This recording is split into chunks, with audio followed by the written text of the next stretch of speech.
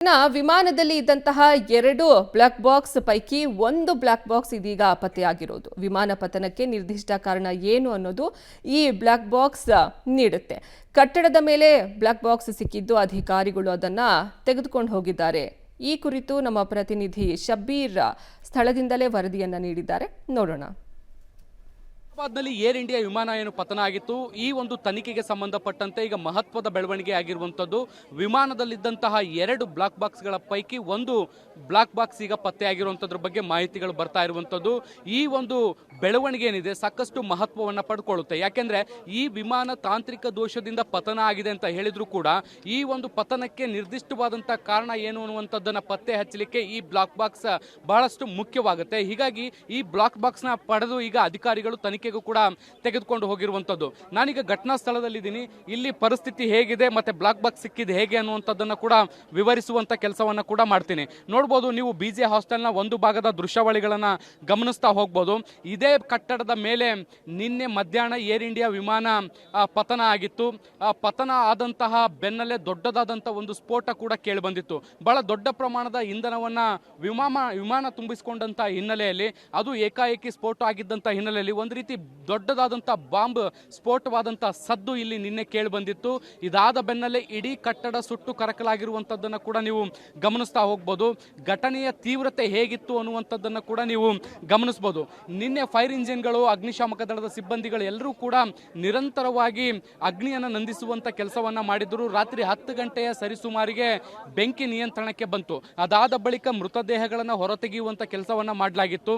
ಇವತ್ತು ಬೆಳಗ್ಗೆಯಿಂದಲೂ ಕೂಡ ನಿರಂತರವಾಗಿ ಕಾರ್ಯಾಚರಣೆಯನ್ನ ಮಾಡಿ ಪಳಿಯುಳಿಕೆಗಳು ಅಥವಾ ವಿಮಾನದಲ್ಲಿರುವಂತಹ ಪ್ರಮುಖ ಸಾಧನಗಳನ್ನ ರಿಕವರಿ ಮಾಡುವಂತ ಪ್ರಯತ್ನಗಳನ್ನ ಮಾಡಲಾಗ್ತಾ ಇತ್ತು. ಅದರಲ್ಲಿ ಬಹುತೇಕ ಅಧಿಕಾರಿಗಳು ಯಶಸ್ವಿ ಕೂಡ ಆಗಿರುವಂತದ್ದನ್ನ ನಾವು ಇವಾಗ ಗಮನಿಸ್ತಾ ಇದ್ದೀವಿ.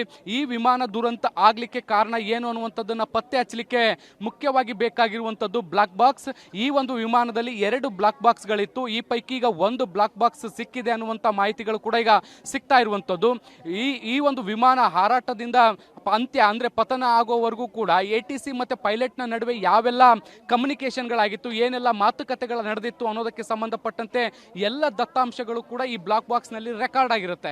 ಹೀಗಾಗಿ ವಿಮಾನ ಪತನ ಆಗೋಕ್ಕಿಂತ ಕೆಲವೇ ಕ್ಷಣಗಳ ಮುಂಚೆ ಏನೆಲ್ಲ ಘಟನೆಗಳು ನಡೆದಿತ್ತು ಅನ್ನುವಂಥದ್ದು ಸಂಪೂರ್ಣವಾಗಿ ಅದರಲ್ಲಿ ರೆಕಾರ್ಡ್ ಆಗಿರುತ್ತೆ. ಹೀಗಾಗಿ ಮುಂದಿನ ಹಂತದ ತನಿಖೆಗೆ ಇದು ಬಹಳಷ್ಟು ಮಹತ್ವದ ಸಾಕ್ಷ್ಯ ಆಗಿ ಬದಲಾಗುತ್ತೆ. ಹೀಗಾಗಿ ಅಧಿಕಾರಿಗಳು ಅದನ್ನ ರಿಕವರಿ ಮಾಡಿಕೊಂಡು ಈಗ ಅದನ್ನ ಡಿಕೋಡ್ ಮಾಡುವಂತ ಕೆಲಸವನ್ನ ಕೂಡ ಮಾಡಲಾಗ್ತಾ ಇರುವಂತದ್ದು. ಮತ್ತೊಂದು ಬ್ಲಾಕ್ ಬಾಕ್ಸ್ ಅನ್ನ ಪತ್ತೆ ಹಚ್ಚುವಂತ ಕೆಲಸಗಳು ಕೂಡ ನಿರಂತರವಾಗಿ ನಡೀತಾ ಇರುವಂತದ್ದು. ನೋಡಬಹುದು ಅಲ್ಲಿ ಕಾರ್ಯಾಚರಣೆಗಳು ಕೂಡ ಹೇಗೆ ನಡೀತಾ ಇದೆ ಅನ್ನುವಂಥದ್ದನ್ನ ಹಾಸ್ಟೆಲ್ನ ಮುಂಭಾಗದಲ್ಲೂ ಕೂಡ ಈಗ JCBಗಳನ್ನ ಬಳಸಿಕೊಂಡು ತೆರವು ಕಾರ್ಯಾಚರಣೆಯನ್ನು ಕೂಡ ಮಾಡ್ತಾ ಇದ್ದಾರೆ. ಇನ್ನೂ ಕೂಡ ಏನು ವಿಮಾನ ದುರಂತ ಆಗಿತ್ತು ಆ ವಿಮಾನ ಅದೇ ಸ್ಥಳದಲ್ಲಿರುವಂಥದ್ದು. ಕೇವಲ ಪ್ರಮುಖವಾದಂತಹ ಎಲೆಕ್ಟ್ರಾನಿಕ್ ಸಾಧನಗಳನ್ನ, ಬ್ಲಾಕ್ ಬಾಕ್ಸ್ಗಳನ್ನ, DVRಗಳನ್ನ ಮಾತ್ರ ಪತ್ತೆ ಹಚ್ಚಿ ಅವುಗಳನ್ನ ರಿಕವರ್ ಮಾಡುವಂತ ಕೆಲಸವನ್ನ ಸದ್ಯಕ್ಕೆ ಫಾರೆನ್ಸಿಕ್ ಸೇರಿದಂತೆ DGCIನ ಅಧಿಕಾರಿಗಳು ಮಾಡ್ತಾ ಇರುವಂಥದ್ದು. ಯಾಕೆಂದ್ರೆ ಈ ಒಂದು ದುರ್ಘಟನೆ ಹೇಗಾಯ್ತು ಅನ್ನೋದಕ್ಕೆ ಸಂಬಂಧಪಟ್ಟಂತೆ ಪ್ರಮುಖ ಸಾಕ್ಷ್ಯಗಳಾಗಿರುವಂಥದ್ದು. ಹೀಗಾಗಿ JCBಗಳು ಅವುಗಳನ್ನೆಲ್ಲವನ್ನು ಬಳಸಿಕೊಂಡು ತೆರವು ಮಾಡಿ ಮುಂದೆ ಹೋಗ್ಲಿಕ್ಕೆ ಮಾರ್ಗವನ್ನ ಮಾಡಿಕೊಂಡು ವಿಮಾನ ಪತನವಾದಂತಹ ಸ್ಥಳವನ್ನ ತಲುಪಿ ಅಧಿಕಾರಿಗಳು ಈಗ ಒಂದು ಬ್ಲಾಕ್ ಬಾಕ್ಸ್ ಅನ್ನ ವಶಕ್ಕೆ ತೆಗೆದುಕೊಂಡಿದ್ದಾರೆ.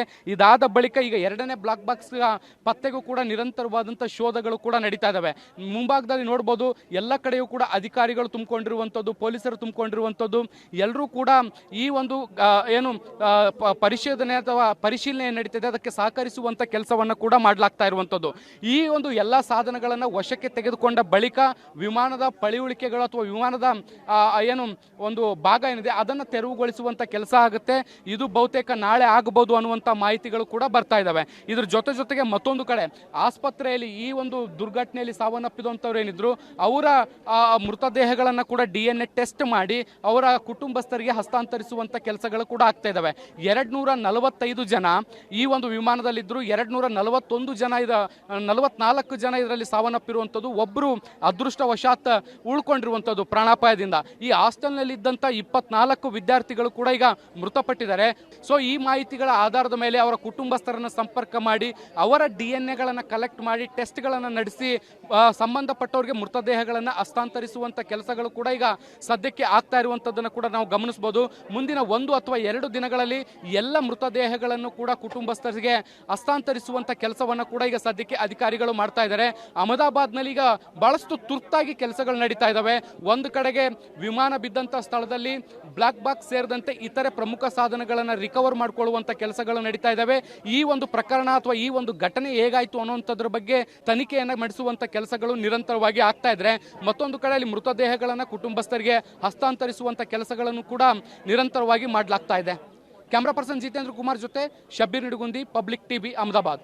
ಸದ್ಯ ವಿಮಾನದಲ್ಲಿದ್ದಂತಹ 2 ಬ್ಲಾಕ್ ಬಾಕ್ಸ್ಗಳ ಪೈಕಿ ಒಂದು ಪತ್ತೆಯಾಗಿದೆ. ಇನ್ನು ತನಿಖೆಗೆ ಇದು ಬಹಳಷ್ಟು ಸಹಕಾರಿಯಾಗುತ್ತೆ, ಮಹತ್ವದ ಪಾತ್ರವನ್ನ ಇದು ವಹಿಸುತ್ತೆ. ಇನ್ನು 2ನೇ ಬ್ಲಾಕ್ ಬಾಕ್ಸ್ಗಾಗೂ ಸಹ ಶೋಧ ಕಾರ್ಯಾಚರಣೆಯಲ್ಲಿ ನಡೀತಾ ಇದೆ. ಅಂದ್ರೆ ಈ ಬ್ಲಾಕ್ ಬಾಕ್ಸ್ ಇಂದಾನೇ ಡೀಟೇಲ್ಡ್ ರಿಪೋರ್ಟ್ ಸಿಗುತ್ತೆ. DVR, CVR ಎಲ್ಲ ಇರೋದ್ರಿಂದ ಅವರಿಗೆ ಲಾಸ್ಟ್ ಮೊಮೆಂಟ್ ನಲ್ಲಿ ಏನಾಯ್ತು, ಈಗ ನಮಗೆ ಹೊರಗಡೆ ಇದ್ದಂತಹ CCTV ದೃಶ್ಯಗಳು, ಫ್ಲೈಟ್ ಹೇಗೆ ಟೇಕ್ ಆಫ್ ಆಯ್ತು, ಆ ಮೊಮೆಂಟ್ ನಲ್ಲಿ ಏನಾದರೂ ಆಗಿತ್ತಾ ಪ್ರಾಬ್ಲಮ್ ಅನ್ನೋದನ್ನೆಲ್ಲ ನೋಡ್ತಿದ್ದಾರೆ. ಬಟ್ ಇಂಟರ್ನಲ್ಲಿ ಏನಾಯ್ತು ಅಂತ ಎಕ್ಸಾಕ್ಟ್ ಆಗಿ ಗೊತ್ತಾಗಬೇಕು ಅಂದ್ರೆ ಈ ಬ್ಲಾಕ್ ಬಾಕ್ಸ್ ಮೂಲಕನೇ ಪತ್ತೆ ಹಚ್ಚೋಕೆ ಸಾಧ್ಯ ಆಗೋದು. ಇನ್ನು ಈ ಬ್ಲಾಕ್ ಬಾಕ್ಸ್ ಎಷ್ಟೇ ಹೈಯರ್ ಟೆಂಪರೇಚರ್ ಇದ್ರೂ ಸಸ್ಟೇನ್ ಆಗೋ ರೀತಿನಲ್ಲೇನೆ ಇದನ್ನ ತಯಾರಿ ಮಾಡಲಾಗಿರುತ್ತೆ. ಹೀಗಾಗಿ ಒಂದು ಬ್ಲಾಕ್ ಬಾಕ್ಸ್ ಇದೀಗ ಪತ್ತೆಯಾಗಿರೋದು, ಇದ್ರ ಮೂಲಕ ತನಿಖೆಯನ್ನ ಮತ್ತಷ್ಟು ಚುರುಕುಗೊಳಿಸ್ತಾರೆ.